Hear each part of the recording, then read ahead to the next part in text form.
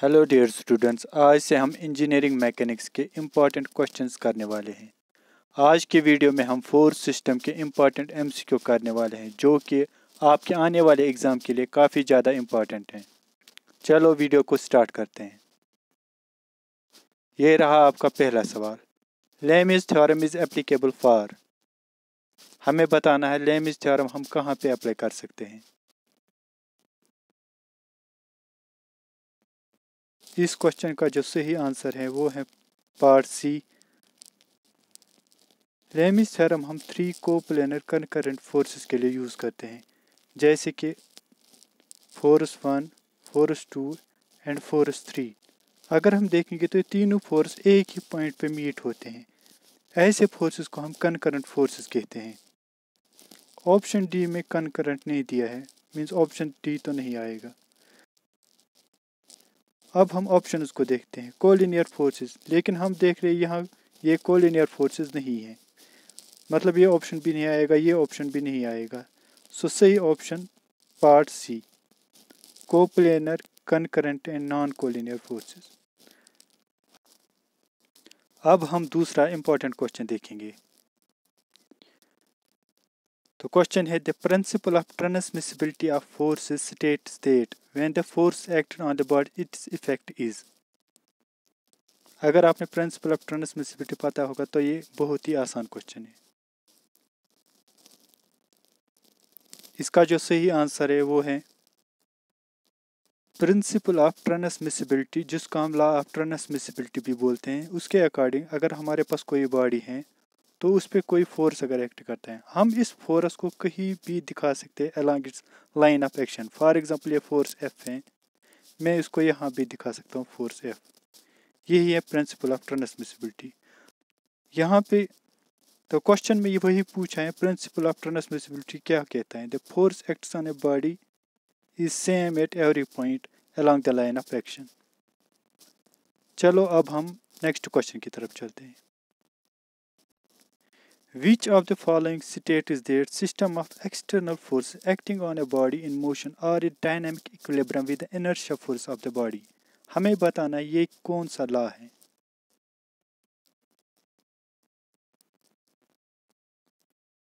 इसका जो सही आंसर है वो है part D, डे-एलेम्बर्ट्स principal. Day-Alembert principal के अकॉर्डिंग अगर हमारे पास कोई बॉडी है और उस पर मल्टीपल फोर्सेस एक्ट करते हैं और ये मोशन में है, हम इस बॉडी को एक स्टैटिक इक्विलिब्रियम में ला सकते हैं एक अपोजिट फोर्स अप्लाई करके। उसी को डे-एलेम्बर्ट्स प्रिंसिपल कहते हैं। वही क्वेश्चन में भी पूछ रहा है, एक्सटर्नल फोर्स हम लगा सकते हैं ताकि ये स्टैटिक इक्विलिब्रियम में आए। तो इसका सही आंसर है ऑप्शन डी। चलो अब हम नेक्स्ट क्वेश्चन की तरफ चलते हैं। फोर्थ क्वेश्चन कहता है if 3 non parallel forces hold a rigid body in equilibrium they must be.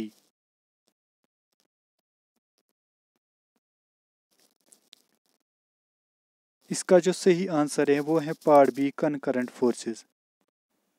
अगर हम देखेंगे तो लेमिज थ्योरम की बात करें, क्योंकि 3 फोर्सेस हैं जो कि नॉन पैरेलल फोर्सेस हैं और ये एक ही पॉइंट पे मीट करते हैं कनकरेंट फोर्स, तो ऑप्शन बी सही है। चलो अब हम चलते हैं अपने नेक्स्ट क्वेश्चन की तरफ।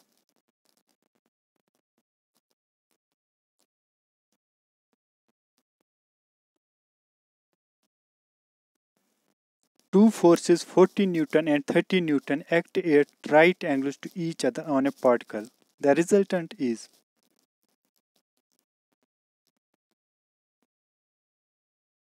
हमें पता है रिजल्टेंट की formula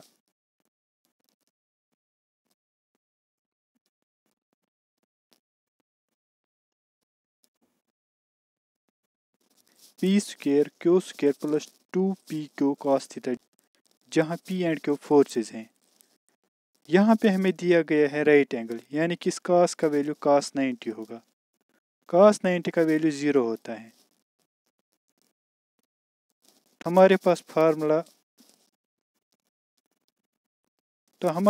formula under root of P square plus Q square ही रही। आप इस फार्मूला का यूज़ करके इसका आंसर इजीली निकाल सकते हैं। तो हमारे पास result under root of 40 square plus 30 square के बराबर आएगा, जिसका वैल्यू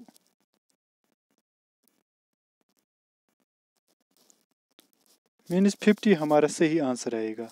तो इस क्वेश्चन का आंसर पार्ट बी 50 न्यूटन। अब हम अपने नेक्स्ट क्वेश्चन की तरफ चलते हैं। If two equal forces of magnitude P act at an angle X, then the resultant will be। इस क्वेश्चन का जो सही आंसर है वो है पार्ट सी 2p cos θ/2। आप पिछले क्वेश्चन की फार्मूला को यूज़ करके इस क्वेश्चन का आंसर निकाल सकते हैं, लेकिन ध्यान रहे यहाँ 2 इक्वल फोर्सेस दिया है, मतलब आपको P इक्वल टू क्यू करना है, वहाँ आप आराम से इसका आंसर निकाल सकते हैं। चलो अब हम नेक्स्ट क्वेश्चन की तरफ चलते हैं। The angle between two forces when the resultant is maximum and minimum respectively is. हमें बताना है किस एंगल पे रिजल्टेंट का वैल्यू मैक्सिमम निकलेगा और किस एंगल पे हमें रिजल्टेंट का वैल्यू मिनिमम निकलेगा।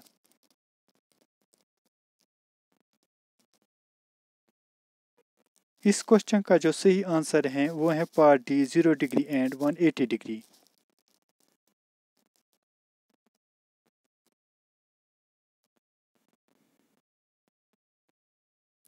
हमने जो अभी पीछे फार्मूला की तो उसमें हमें थीटा का वैल्यू देख के हमें आंसर निकलता है।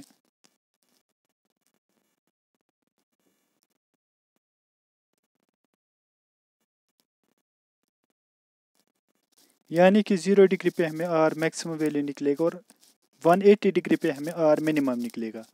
मैं आपको यहाँ ये बता दूँ, जो आर मैक्सिमम का वैल्यू होता है जब हम फार्मूला में पुट करते हैं वो हमें निकलता है P प्लस क्यू, और जो आर मिनिमम होता है 180 डिग्री जब हम फार्मूला में पुट करेंगे वो निकलता है P माइनस क्यू। इस फार्मूला पे भी हमें बहुत सारे क्वेश्चंस एग्जाम में आते हैं, ये हम आगे आगे देखेंगे। फिलहाल हम चलते हैं अपने नेक्स्ट क्वेश्चन की तरफ। The resultant of two forces P and Q acting along the same straight line but in opposite direction is given by. इस क्वेश्चन में हमें सेम स्ट्रेट लाइन दिया गया है, मतलब theta is equal to 180 degree. अभी अभी हमने देखा रिजल्टेंट का वैल्यू P माइनस क्यू निकलता है। आप चाहो तो फार्मूला में थीटा का वैल्यू 180 देख के ये निकाल सकते हो। तो इसका जो सही आंसर है वो निकलेगा part B P minus Q. चलो हम चलते हैं अपने नेक्स्ट क्वेश्चन की तरफ। Which theorem is used for the equilibrium of the body applied with 3 concurrent forces. ये हम पहले से करते आए हैं। इसका जो आंसर है वो है Lami's theorem. Next, if the resultant of equal forces has the same magnitude as the either of the forces, then angle between the two forces is। इसका जो सही आंसर है वो है पार्ट ए 120 डिग्री।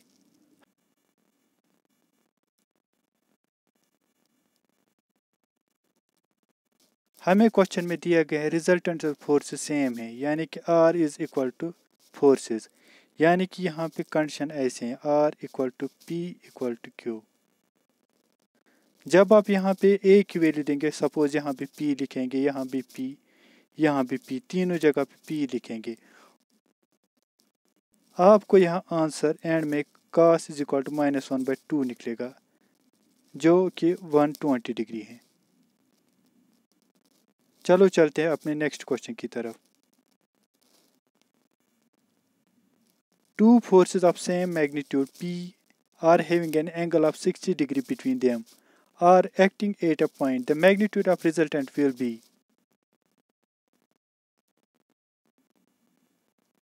इसका जो सही आंसर है वो है पार्ट बी √3p।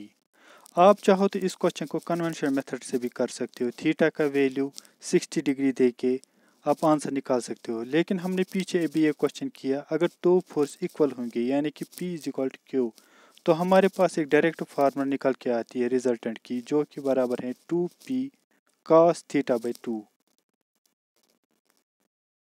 यहाँ इसी फार्मूला का यूज़ करेंगे, 2p cos θ/2 यानी कि थीटा 60 दिया है, θ/p means 30 degree.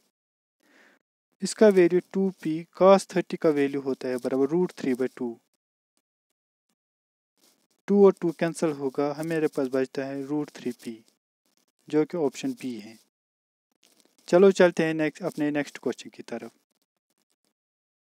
The movement of force about any point is equal to algebraic sum of movements of its components about the point is stated by। हमें बताना है ये किस प्रिंसिपल का स्टेटमेंट है।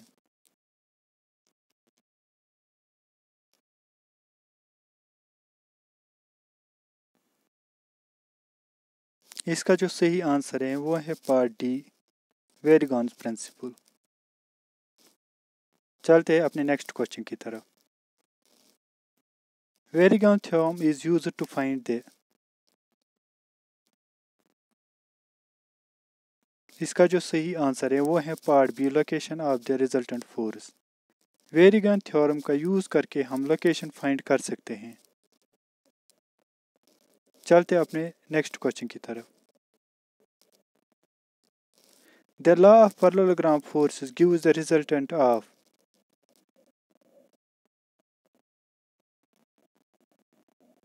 इसका जो सही आंसर है वो है part B, 2 coplanar concurrent forces. Parallelogram ये कहता है कि अगर दो फोर्स हैं, सपोज ये फोर्स 1 है एंड ये फोर्स 2 है, जिनको हम पैरेललोग्राम के साइड से दिखा सकते हैं, तो मैं यहाँ पैरेललोग्राम बनाता हूँ कि अगर जो इन फोर्स का रिजल्टेंट होगा वो पैरेललोग्राम का डायगोनल होगा।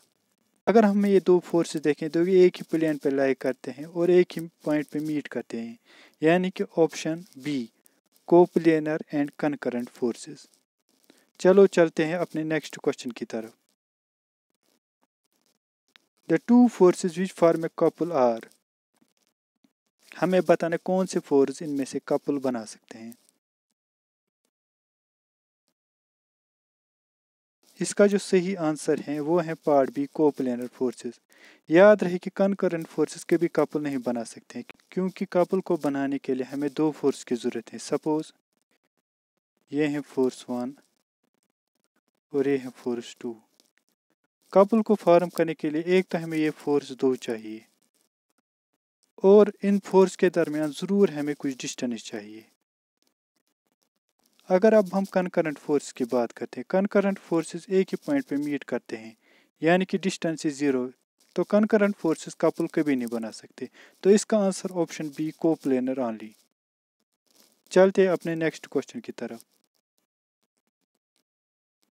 The distance between forces acting in the couple is.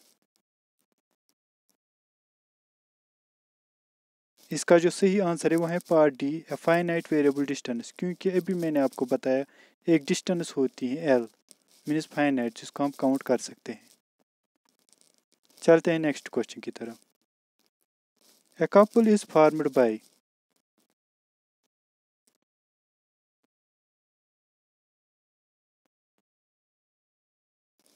इसका जो सही आंसर है वो है part C, two equal and unlike forces. जैसे मैंने आपको अभी बताया, यह है फोर्स 1, ये है फोर्स 2। पहले हम देखेंगे ये फोर्सेस पैरेलल हैं, मीन्स पैरेलल फोर्सेस, और ये फोर्सेस अपोजिट डायरेक्शन में हैं, मीन्स अनलाइक। अनलाइक का मतलब होता है अपोजिट डायरेक्शन और लाइक का मतलब होता है सेम डायरेक्शन। और इन फोर्सेस का वैल्यू इक्वल होता है, means equal, unlike and parallel forces. Part C is the answer. चलो चलते हैं अपने नेक्स्ट क्वेश्चन की तरफ। The movement of forces about a point is defined as.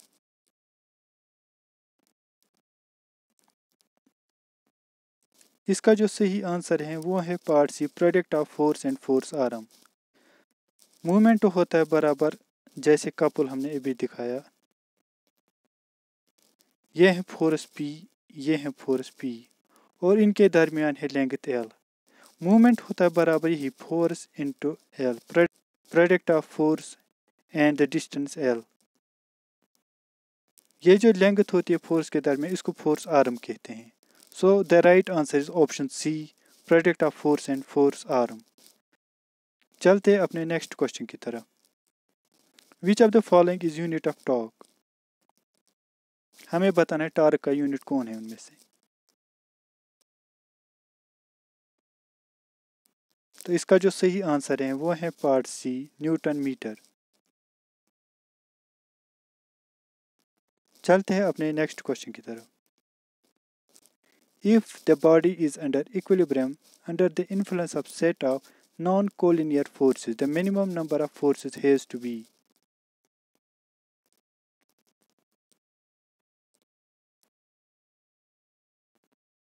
इसका जो सही आंसर है वो है 3।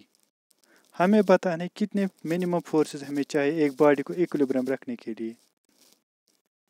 लेमिस थ्योरम में पहली कंडीशन होती है कि body is in equilibrium, means हमें मिनिमम 3 फोर्सेस चाहिए। So answer is 3।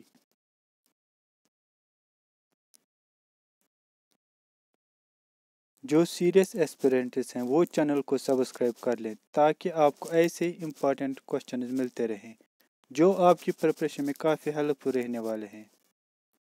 Thank you.